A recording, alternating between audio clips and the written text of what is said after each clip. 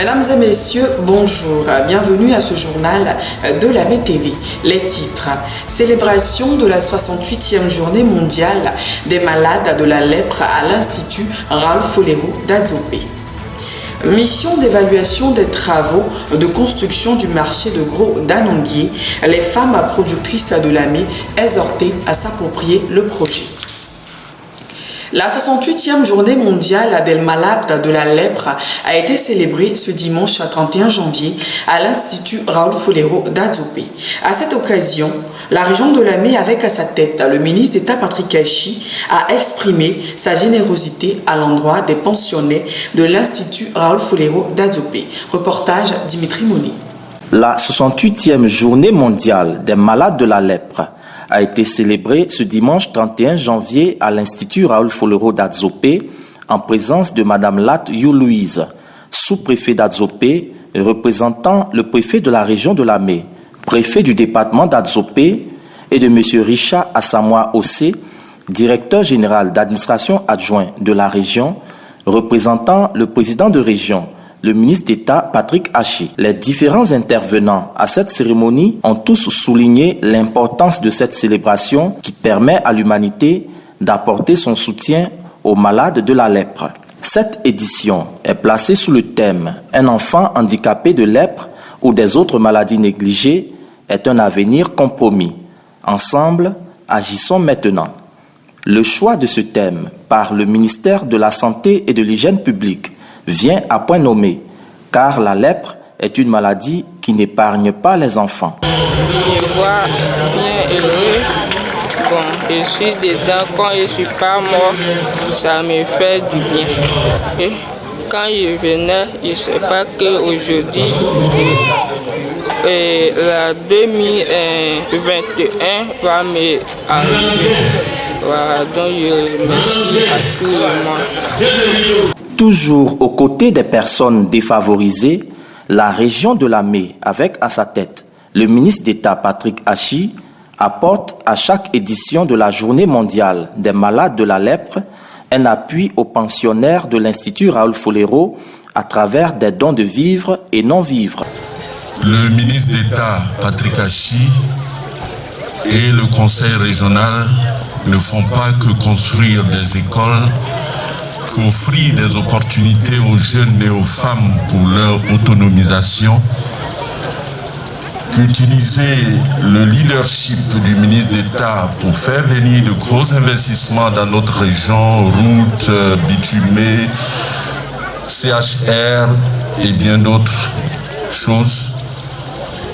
Le ministre d'État se préoccupe également de la santé de ses concitoyens dans cette région et surtout du développement humain. Et c'est à ce titre que chaque année, il se met aux côtés de l'Institut Raoul Folero à travers des dons, des kits. Et cette année encore, c'est le cas. Au nom du directeur général de l'Institut Raoul Folero d'Adzopé, M. Konaté Yaya, directeur des affaires administratives et financières, a salué l'appui des partenaires, dont la région de l'AME et son président, le ministre d'État Patrick Achi. À tout Adzopé, merci et leur demander de continuer à nous soutenir parce que nous avons toujours besoin de soutien pour que nos malades puissent s'épanouir.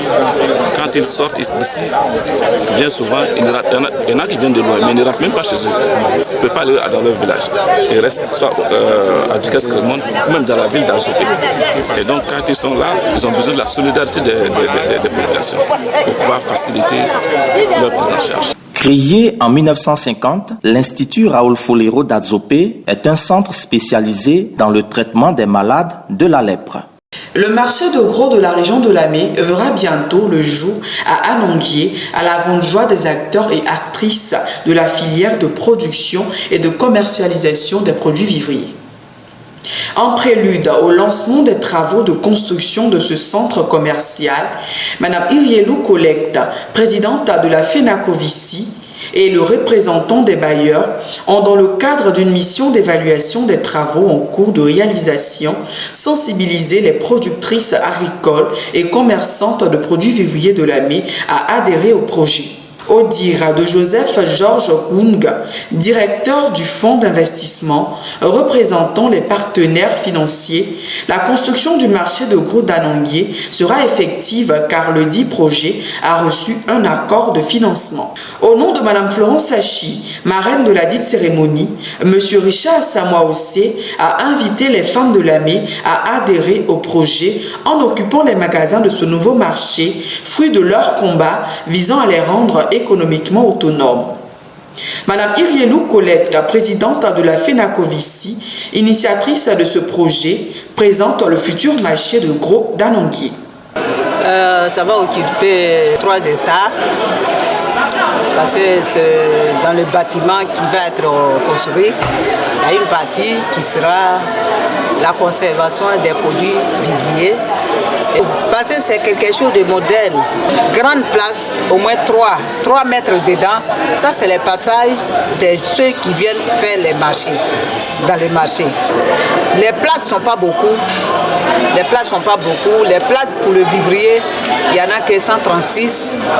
Les places, les grands magasins pour autre chose à vendre que par tout ce qui est les autres sorties qui n'est pas le vivrier, ils ont 41.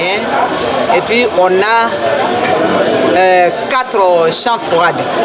Le marché de gros, la construction, ça fait 2,5 milliards. La mise en œuvre de ce projet est le couronnement des efforts du président de région, le ministre d'État Patrick Kachi, en faveur de la redynamisation des associations et organisations féminines dans la région de Lamé. C'est la fin de ce journal. Merci de l'avoir suivi. Retrouvez ces informations sur le compte YouTube à Région de Lamé ou notre page Facebook Lamé TV. À demain pour de nouvelles informations.